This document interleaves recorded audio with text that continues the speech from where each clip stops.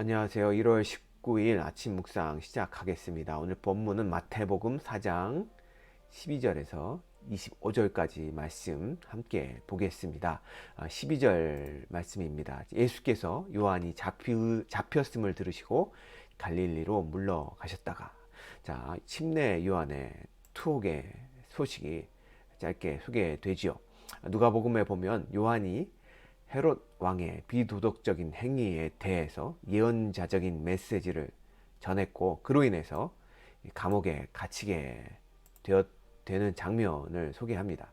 이 마태복음은 이 요한의 잡힘을 들으신 예수님께서 자신의 고향으로 내려가신 모습을 소개합니다. 예수님은 이제 그분의 사역을 본격적으로 시작할 준비를 하셨던 것입니다. 첫 번째 행보는 고향 나사렛을 떠나는 일이셨습니다. 13절을 보겠습니다. 나사렛을 떠나 스불론과 납달리 지경 해변에 있는 가버나움에 가서 사시니, 자, 예수님께서는 선지자가 자신의 고향에서 환영받지 못한다는 말씀을 하신 적이 있지요. 예수님은 자신을 하나님의 아들이 아닌 고향 사람의 하나로 여기는, 그렇게 자신의 동네였던 나사렛을 떠나서 나사렛으로부터 약 32km 북쪽에 있는 가버나움으로 이주하셨습니다. 가버나움은 갈릴리의 중심 도시였기에 사역을 시작하기에 적당했습니다. 그러나 예수님이 갈릴리 가버나움을 첫 사역의 중심 지역으로 삼으신 이유는 구약의 예언을 이루시기 위함이었죠. 14절부터 15절을 읽겠습니다. 이는 선지자 이사야를 통하여 하신 말씀을 이루려 하심이라. 일러스되 스불론 땅과 납달리 땅과 요단강 저편 해변길과 이방의 갈릴리여. 자, 마태는 예수님께서 가버나움의 위치에 있는 갈릴리 지방으로 이동하신 것이 이사야 9장 1절에서 2절에 나오는 선지자 이사야를 통해 하신 말씀을 이루려 하심이라고 설명을 합니다. 우리 이사야서 9장 1절부터 12절을 함께 보겠습니다. 전에 고통받던 자들에게는 흑암이 없으리로다. 옛적에는 여호와께서 스불론 땅과 납달리 땅이 멸시를 당하게 하셨더니 후에는 해변길과 요단 저쪽 이방의 갈릴리를 영화롭게 하셨느니라. 흑암에 행하던 백성이 큰 빛을 보고 사망의 그늘진 땅에 거주하는 자에게 빛이 비치도다. 아멘. 자, 스불론과 이 납달리는 이스라엘의 12지파에 속해 있었죠. 출애굽 후에 가나안 점령 후 가나안 땅이 분배될 때 그들에게는 이 갈릴리 지역이 분배되었습니다. 나중에 이 땅은 이스라엘이 아수르에 의해서 멸망당하고, 그렇게 아수르에 점령당했을 때 아수르의 이주 정책에 의해 민족이 혼합되게 되었고요. 그렇게 이방인들이 사는 지역이 되었죠. 따라서 이사야는 이 스불론과 납달리 땅, 갈릴리 땅을 이방의 갈릴리라고 불렀습니다. 예수님 당시에는 유대인들이 그 지역에 돌아와서 이제 터를 잡아 유대인 지역이 되었지만, 그래도 그 땅에 여전히 영적 흑암은 메시아가 오기 전까지 계속 되었습니다. 우리 16절 말씀을 보겠습니다. 흑암에 앉은 백성이 큰 빛을 보았고 사망의 땅과 그늘에 앉은 자들에게 빛이 비치었도다 하였느니라. 자, 16절은 빛 대신 예수님의 사명에 대한 예언을 다시 반복해서 설명해 주죠. 예수님은 가장 깊은 영적 흑암에 빠져 있는 자들에게까지도 빛을 비추시는 분이십니다. 사망의 그늘에 거하는 자들에게까지도 예수님은 생명이 되어 주신다는 사실입니다. 아멘. 자, 17절 보겠습니다. 이때부터 예수께서 비로소 전파하여 이르시되 회개하라, 천국이 가까이 왔느니라 하시더라. 자, 이제 이사야의 예언을 이루시며 예수님께서는 드디어 가버나움에서 공생애에 시작을 하시면서 첫 번째 공생애의 메시지를 전하기 시작했는데요. 그 메시지는 침례 요한의 메시지와 같은 것이었습니다. 그러나 그 본질에는 엄청난 차이가 있었죠. 왜냐하면 예수님 자체가 하나님의 나라를 상징했기 때문입니다. 예수님의 임재는 하나님의 나라의 임함을 의미했고, 그렇게 예수님의 탄생으로 시작된 하나님의 나라는 로마의 압제를 타도하여 세계적인 평화를 가져오는 것이 아니라 팔레스타인에서 조용히 시작된 이 하나님의 나라는 사람들의 마음속에 이루어지는 하나님의 통치였다는 사실입니다. 따라서 이 하나님의 나라는 예수님을 자신들의 삶의 왕으로 삼는 사람들의 자발성만큼 가까워지는 것이었습니다. 18절 말씀을 보겠습니다. 갈릴리 해변에 다니시다가 두 형제 곧 베드로라 하는 시몬과 그의 형제 안드레가 바다에 금을 던지는 것을 보시니 그들은 어부라. 예수님의 첫 행보는 제자들을 부르시는 일이었죠. 어업은 당시 예수님 당시에 갈릴리 바다 주변 약 30개 마을들의 주된 사업이었습니다. 가버나움은 이 어촌들 가운데서도 가장 큰 도시였죠. 시몬과 그의 동생 안드레는 또 다른 해변 마을인 베세다 출신이었지만 가버나움에 그들의 집을 갖고 있었습니다. 이 바닷가를 거니시던 예수님은 구면인 두 형제를 알아보셨죠. 요한복음에 보면 예수님께서 그들을 만난 적이 있었음을 기록하고 있죠. 자, 예수님께서는 한 가지 목적을 가지고 해변을 거닐고 계셨습니다. 그것은 자신을 따르도록 부르려고 어떤 어부들을 찾는 것이었는데요. 그것이 바로 베드로와 안드레였다는 것입니다. 예수께서는 이 두 사람이 바다에 그물 던지는 것을 발견하셨죠. 그물을 사용하는 것은 가장 일반적인 고기잡이 방법이었지만 결코 쉬운 작업이 아닙니다. 따라서 바다의 어부들은 강하고 분주한 사람들이었습니다. 그러나 예수님이 그들을 부르시자 베드로와 안드레는 그물을 당장 버려두고 예수님을 쫓습니다. 19절부터 20절 말씀 보겠습니다. 말씀하시되 나를 따라오라. 내가 너희를 사람을 낚는 어부가 되게 하리라 하시니 그들이 곧 그물을 버려두고 예수를 따르니라. 자, 예수님은 베드로와 안드레에게 내가 너희를 회당에서 가르치는 랍비로 만들겠다라고 하지 않으셨죠. 만약에 예수님이 그러한 말로 부르셨다면 평생 어부로 잔뼈가 굵었던 베드로와 안드레는 아마도 손사래를 쳤을지도 모르겠습니다. 하지만 예수님은 아주 멋진 방법을 사용하십니다. 그것은 그들로 사람을 낚는 어부가 되게 하시겠다는 것이었습니다. 예수님의 이 멋진 부르심에 베드로와 안드레는 곧바로 반응합니다. 사랑하는 성도 여러분, 제자의 특징이 무엇인지 아십니까? 그것은 예수님의 부르심에 반응한다는 것입니다.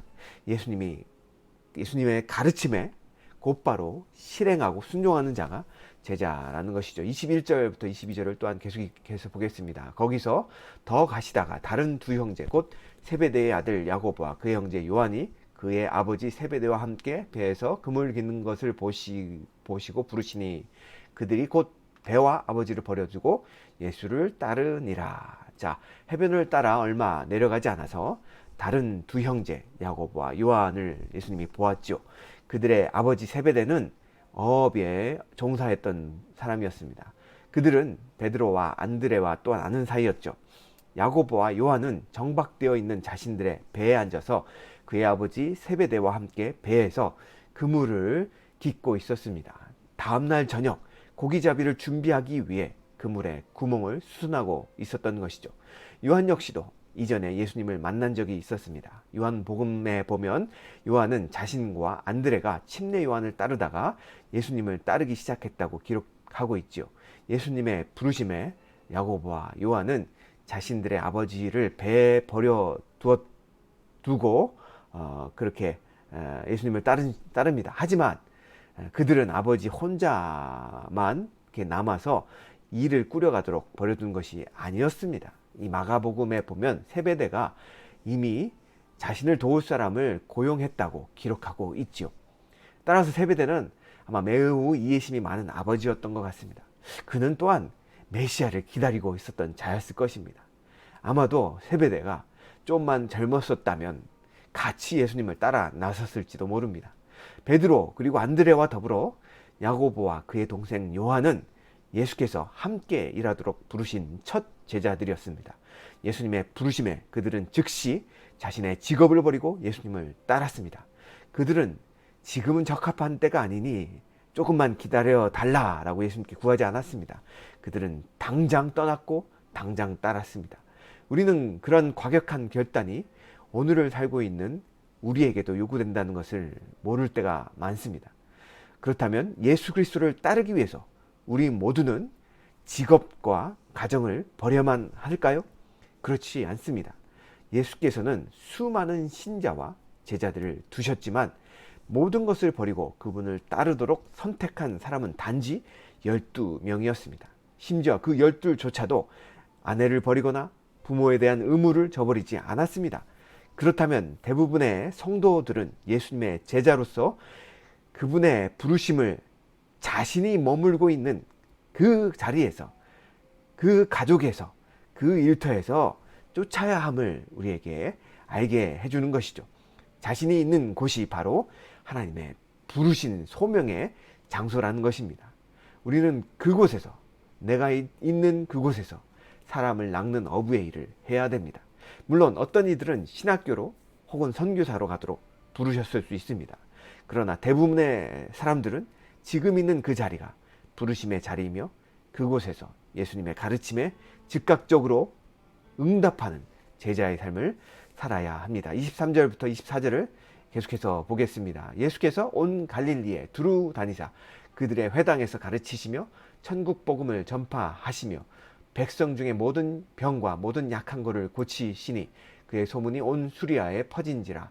사람들이 모든 앓는 자 곧 각종 병에 걸려서 고통당하는 자, 귀신 들린 자, 간질하는 자, 중풍병자들을 데려오니 그들을 고치시더라. 아멘. 자, 23절에는 예수님께서 지상에서 하셨던 세 가지 중요한 사역에 대해서 말해주고 있죠. 즉 가르침, 티칭 사역과 복음을 전파함, 프리칭 사역과 그리고 치유 사역, 약한 것을 고치셨던 힐링의 사역이 예수님의 세 가지 지상의 사역이었습니다. 이 티칭, 프리칭, 힐링은 예수님이 누구신지 잘 알려주는 주된 사역이었죠. 이 24절에 보면 수리아는 갈릴리 북쪽 지역을 표현할 수도 있고요. 또는 팔레스타인 전체를 가리키기도 합니다. 다시 말해서 예수님의 명성이 이 갈릴리를 넘어 팔레스타인 전체로 퍼져나갔음을 의미합니다. 자, 예수님께서는 지금 많은 이들을 고치시는 장면이 나오는데요. 예수님은 왜 이렇게 각종 병에 걸린 자, 귀신 들린 자, 간질하는 자, 중풍병자를 고쳐주셨을까요? 창조주이신 예수님께서는 사람들이 병보다는 건강과 온전함을 갖기 원하셨습니다. 치유는 그렇게 고통받는 사람들에 대한 예수님의 긍휼을 보여주시는 것이었고요. 하나님의 나라가 능력과 실제로 도래했음을 보여주는 역할을 합니다. 자, 25절에는 이제 갈릴리뿐만 아니라 이방 땅이었던 데가볼리와 수도인 예루살렘과 유대 전역과 요단 동쪽에서 많은 무리가 예수님을 쫓는 장면이 묘사됩니다. 그들은 모두 흑암과 사망의 그늘에 거하며 큰 빛을 찾던 사람들입니다. 물론 그들 중에는 병고침을 얻기 위해서 혹은 정치적인 목적을 위해서 예수님을 쫓는 자들도 있었을 것입니다. 사실 무리라는 표현은 그리 믿음직한 표현은 아닙니다. 무리는 언제든 이동하는 성향이 있기 때문입니다. 그러나 5장부터는 예수님께서 그런 무리들에게 천국의 복음을 가르치시는 장면이 나오지요. 자, 사랑하는 성도 여러분, 예수님은 흑암과 사망의 그늘에 앉아있는 자들에게 빛을 비춰주시는 생명의 주님이십니다. 그 주님이 우리를 당신의 제자로 부르셨고 우리 중 대부분은 우리가 머물고 있는 그곳에서, 그 자리에서 예수님의 뜻을 쫓는 제자의 삶을 살도록 부름받았습니다. 예수님을 전하고 가르치고 그로 인해 고침받도록 예수님은 우리를 부르셨다는 것이죠. 오늘도 각자가 자기가 처한 곳에서 빛 대신 예수님을 삶으로 증거하고 입으로 증거하는 제자로서의 삶을 살아가시는 우리 귀한 성도님들이 되시길 주님의 이름으로 축원합니다. 기도하시겠습니다. 흑암 가운데 있던 제게 찾아오셔서 빛을 비춰주신 예수님, 제자된 삶으로 부르시는 그 주님의 음성에 온전하게 반응하지 못했던 저의 모습을 주님 앞에 회개합니다. 주님을 따르기를 머뭇하게 만드는 것들을 주님 미련 없이 가차 없이 내려놓게 하시고 삶을 구석구석 회복시키시는 주님과 동행하는 주님의 참된 제자가 될 수 있도록 축복하여 주시옵소서. 그렇게 행하시 주님을 찬양하오며 예수님의 이름으로 기도하였습니다. 아멘.